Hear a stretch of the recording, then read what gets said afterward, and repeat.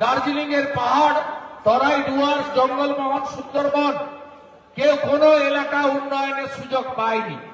যদি বলেন স্বাস্থ্য ক্ষেত্রে আয়ুষ্মান ভারত চালু হয়নি, যদি বলেন শিক্ষা ক্ষেত্রে এক ভয়ঙ্কর বিপর্যয়, কলেজ খোলা আছে, ক্লাসের রুম খোলা আছে, অধ্যাপক অধ্যাপিকা আছে, ছাত্র ছাত্রী নেই। কোন কলেজেই দেখবেন সব হল ফাঁকা হয়ে গেছে, কেউ পড়াশোনা করতে রাজি নয়। কারোর বাড়ির ছেলে মেয়েকে সরকারি মিডিয়াম বাংলা পশ্চিমবঙ্গ সরকারের নিয়ন্ত্রণাধীন primary, high school, higher secondary স্কুলে কেউ পাঠাচ্ছে না। যাদের একটু টাকা পয়সা আছে, একটু ছেলে মেয়েকে মানুষ করার জন্য খরচ করতে পারেন, তারা সব প্রাইভেট স্কুলে পাঠিয়ে দিচ্ছে, কেন্দ্রীয় বোর্ডের স্কুলগুলোতে পাঠিয়ে দিচ্ছে। ভয়াবহ এক পশ্চিমবঙ্গে অবস্থা শিক্ষা ক্ষেত্রে। হসপিটালগুলো রেফার করতে ব্যস্ত, কারণ ভুয়া স্বাস্থ্য সাথীর কার্ড। আয়ুষ্মান ভারত চালু হয়নি, এই কার্ড ভারতবর্ষের কোথাও চলে না। সিএমসি ভেলোরে নেয় না, টাটার ক্যান্সার হসপিটালে নেয় না, দেবী সেটির হার্টের হসপিটালে নেয় না, ডাক্তার রেড্ডির হায়দ্রাবাদের হসপিটালে নেয় না, শঙ্কর नेत्रालय নেয় না। सब জায়গায় গেলে कहां से आया है, बंगाल से आया है। ओ अच्छा, रुपया तो देना पड़ेगा, बंगाल में तो आयुष्मान भारत नहीं है। ममता बनर्जी चालू करने नहीं दिया है। यही तो हालत पश्चिम बांगलार एक्चुअल ग्राउंड रियलिटी। তাই আপনাদের সকলকে সংকল্পবদ্ধ হতে হবে। যে পুলিশের লোকগুলো শুনছেন, এরা অর্ধেক বেতন পায়, কারণ এরা তো ঘুষের টাকা উপরের লোকেরা পায়, ওসিআইসিরা পায়। পুলিশ ওয়েলফেয়ারের যারা আছেন, শান্তনু সিনহা বিশ্বাসরা লুট করেন, মনোজ বার্মারা লুট করেন, আইপিএসরা কেন্দ্রীয় হারে মহার্ঘ ভাতা পায়। আইপিএসরা পশ্চিমবঙ্গে কেন্দ্রীয় হারে মহার্ঘতা পায়। আর যারা দাঁড়িয়ে দাঁড়িয়ে দূরে কয়েকজন পুলিশ দেখছেন, আপনাদের সহকর্মীদের বলবেন, বিরোধী দলনেতা ভুলে গেছে, আপনারা হাফ বেতন পাচ্ছেন। গোটা ভারতবর্ষে 7th পে কমিশন চালু হয়ে 8th পে কমিশনের কাজ চলছে। 40% মহার্ঘ ভাতায় গ্যাপ, পেনশনারদের আজকে কঠিন অবস্থার মধ্যে পড়তে হচ্ছে।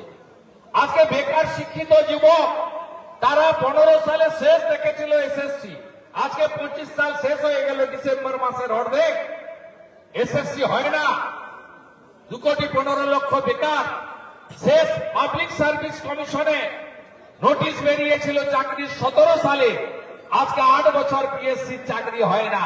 পুলিশ রিক্রুটমেন্ট বোর্ড উঠে গেছে, কোঅপারেটিভ সার্ভিস কমিশনে তালা পড়েছে, মিউনিসিপাল সার্ভিস কমিশন নেই। আজকে এই কঠিন অবস্থা থেকে বেরিয়ে আসতে হলে মানিকতলা বিধানসভা কেন্দ্রের নির্বাচনী কার্যালয় বা অ্যাসেম্বলি অফিস খোলার দিন মোদিজির কথাকে বিশ্বাস করে পরিবর্তনের আওয়াজ, পরিবর্তনের মুষ্টিবদ্ধ হাত প্রত্যেকটা এলাকায় এলাকায়, প্রত্যেকটা বাড়িতে বাড়িতে নেবেন। যে প্রকাশ্য পারবেন বলবেন, যে প্রকাশ্য পারবেন না নিজে নিজে সংকল্প নেবেন, আমরা বাঁচাবো এই বাংলাকে। আমরা আরজিকর চাই না, চাই না, চাই না।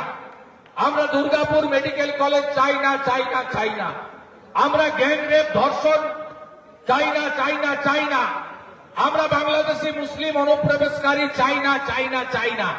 আমরা রোহিঙ্গাদের খাওয়াতে পড়াতে নিতে পারবো না, পারবো না, পারবো না। তাই আপনাদের সকলকে এক হতে হবে এই চোরেদেরকে তাড়ানোর জন্য। আপনারা পরিষেবা পান না। অন্যদিকে 2 টাকা ইলেকট্রিক ছিল 11 সালে, আজকে 8 টাকা ডোমেস্টিকের ইলেকট্রিক। আজকে আপনাদের প্ল্যান থেকে শুরু করে আপনাদের প্রত্যেকটা জায়গায় কর্পোরেশনের অত্যাচারে কলকাতার মানুষ জর্জরিত। আগে আমরা দেখেছি, এমনকি সুব্রত মুখার্জি, কমল বসুর সময় দেখেছি, তাপস দা এবং মীনাজি অনেক পুরনো কর্পোরেটর। আমরা দেখেছি ছোটবেলা থেকে, কলকাতায় এসেছি ছাত্র রাজনীতির সময় থেকে, 95 সালে কাউন্সিলর ছিলাম, তখনও এসেছি। কলকাতাতে সকালবেলা রাস্তা ধোয়া হতো, আজকে কলকাতাতে রাস্তা ধোয়া হয় না। পিতৃপক্ষে কাঁচি নিয়ে গিয়ে অতীন ঘোষের পুজো উদ্বোধন করলেন, মাথায় হিজাব পরলেন, কানটা বাইরে বের করে রাখলেন, কানে যেন জল পড়বে না। আর মা দুর্গা ভালোভাবে নিলেন না। বাঁধ ভাঙা বৃষ্টি মাঝরাতে, গোটা কলকাতা দেখলেন 6 ঘন্টার বৃষ্টিতে একদম ভাসিয়ে দিল। 12 জন সহনাগরিক কর্পোরেশনের ইলেকট্রিক পোস্টে হাত লেগে মারা গেল। এর জন্য দায়ী কে? মারা গেলেই 2 লক্ষ টাকা। আপনি জীবনের দাম বেঁধে দিয়েছেন। আজকে কলকাতাতে এই কঠিন অবস্থা থেকে পরিবর্তন করতে গেলে তিলোত্তমা কলকাতা তার স্ত্রী হারিয়ে ফেলেছে। স্ত্রী আপনি দেখতে পাবেন কোথায়? মমতা ব্যানার্জির বাড়ি হরিশ চ্যাটার্জি হরিশ মুখার্জি স্ট্রিট থেকে উনি যে রাস্তা দিয়ে নবান্নতে আসেন, যে রাস্তা দিয়ে তাজ বেঙ্গলের সামনে দিয়ে নবান্নতে বাড়িতে ফিরে যান, ওই রাস্তার দুদিক দেখবেন ঝাড় দেওয়া হয়, পরিষ্কার করা হয়, আলো লাগানো হয়, টুনি বাল্ব দিয়ে সাজানো হয়, দাঁত কেলানো ছবি দিয়ে ভরিয়ে দেওয়া হয়, অনুপ্রেরণা লিখে সাজিয়ে দেওয়া হয়। আর আসল কলকাতা উত্তর কলকাতা, কাশীপুর, বেলগাছিয়া, মানিকতলা, বড়বাজার, চৌরঙ্গি, এই কলকাতা হচ্ছে পুরনো কলকাতা, আসল কলকাতা। এখানকার দুর্দশা আপনি দেখুন। ওখানকার মন্ত্রীদের দপ্তর দেখুন। মুখ্যমন্ত্রী একা, তিনি 16টা দপ্তরের মন্ত্রী। ফিরাদ হাকিম, তিনি একসঙ্গে 5টা 7টা দপ্তর চালান। সেখানে যারা থাকেন সব মন্ত্রী হয়ে গেছে। পার্থ জেলে গেছিল, তাই মন্ত্রিসভা থেকে ছাঁটাই করতে বাধ্য হয়েছে। তিনিও জোড়া মন্ত্রী ছিলেন। শিক্ষার সব, প্রাইমারি, হায়ার সেকেন্ডারি, ইউনিভার্সিটি, সঙ্গে পরিষদীয় দপ্তর, সব জোড়া জোড়া মন্ত্রী। এখানে 7টা এমএলএ আছে উত্তর কলকাতায়। মন্ত্রীর সংখ্যা কত? মন্ত্রীর সংখ্যা হচ্ছে 1। শশী পাঁজা, তিনি কোন দপ্তরের মন্ত্রী? তিনি হচ্ছেন আইসিডিএস দপ্তরের মন্ত্রী। আইসিডিএস এর দপ্তর সকালবেলা সোয়াবিন, ডিম সিদ্ধ, ভালো খিচুড়ি খাচ্ছে কি আইসিডিএস সেন্টারে, এটা দেখার দায়িত্ব মাননীয় শশী পাঁজাকে দিয়ে রেখেছেন। উত্তর কলকাতার ভাগ্যে এটাই। উত্তর কলকাতার ভাগ্যে মেয়র জোটে না। উত্তর কলকাতার ভাগ্যে ব্রিফলেস লয়ারদের মতো ডেপুটি মেয়র পাওয়া যায়। তাই উত্তর কলকাতার মানুষ, আপনারা Tilottama Kolkata, city of joy Kolkata, Swami বিবেকানন্দের জন্মস্থান কলকাতা, জোড়াসাঁকো ঠাকুরবাড়ি কলকাতা, এই কলকাতাকে নবরূপে সজ্জিত করতে গেলে একদম লাইন ধরে সব আসনে পদ্ম ফুলকে ফোটাতে হবে। স্বাধীনতার পরে কংগ্রেসকে দেখেছেন আপনারা 77 সাল পর্যন্ত। মাঝে 2-1 বছর কংগ্রেস ছিল না, বামপন্থীরা ছিল। 77 সাল অব্দি কংগ্রেসের রাজত্ব দেখেছেন, টেস্টেড এবং রিজেক্টেড।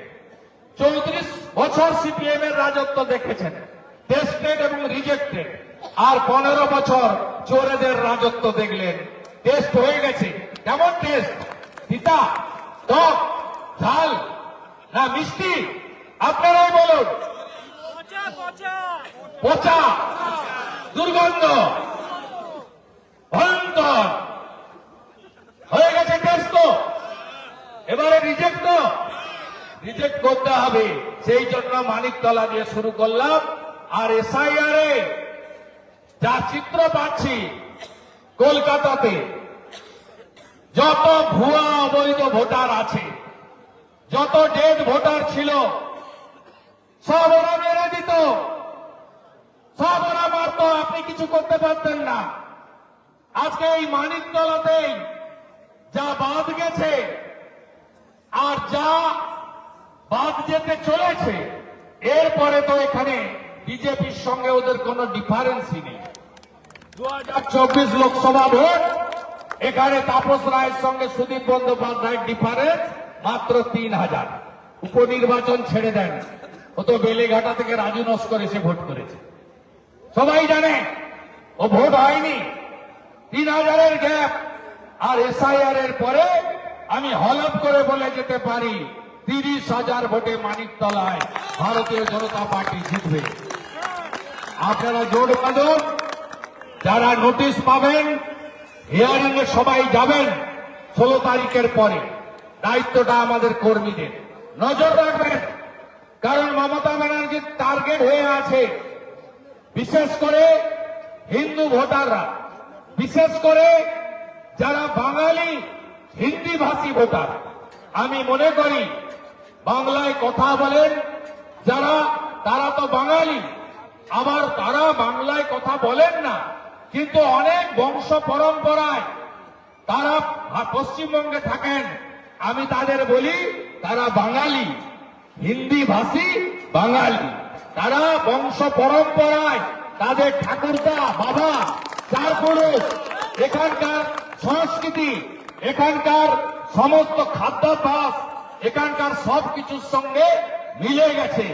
তাই মমতা ব্যানার্জি এদেরকে বলে বাহারি, আর বাংলাদেশি মুসলিম অনুপ্রবেশকারীদের বলে দামাত। এটাই হলো মমতা ব্যানার্জির চরিত্র। তাই ধীরেন্দ্র শাস্ত্রী ব্রিগেডে বলে গেছে না, জাত পাতের মধ্যে বিভক্ত হবেন না, ভাষার মধ্যে বিভক্ত হবেন না।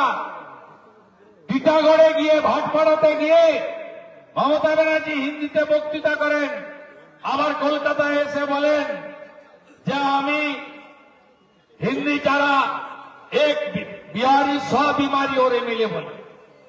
ওরা ভাষার নামে ভাগ করতে চায়। এখানে অনেক মুসলিম ভাই আছেন, ও মুসলিমরাও কেউ উর্দুতে কেউ বাংলায় কথা বলে। আপনি মমতা ব্যানার্জি বা তৃণমূলের মুখে কখনো শুনেছেন যে উর্দু স্পিকিং মুসলমান আর বাংলা বলা মুসলমান? বলে না। কিন্তু আমাদের মধ্যে ভাগ করার জন্য হিন্দি ভাষী বাংলা ভাষী করে আমরা অনেকেই চক্করে পা দিয়ে দিই। তাই बांटेंगे तो काटेंगे, एक रहेंगे तो सेफ रहेंगे।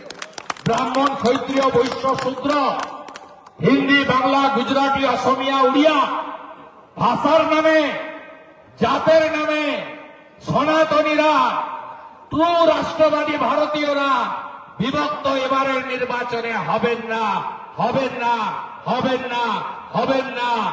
আমাদের ভিডিও ভালো লাগলে লাইক এবং শেয়ার করুন। কমেন্ট সেকশনে গিয়ে জানান আপনাদের মতামত। আরও ভিডিও পেতে আমাদের চ্যানেল সাবস্ক্রাইব করুন এবং প্রতি মুহূর্তে খবরের আপডেট পেতে প্রেস করুন বেল আইকন।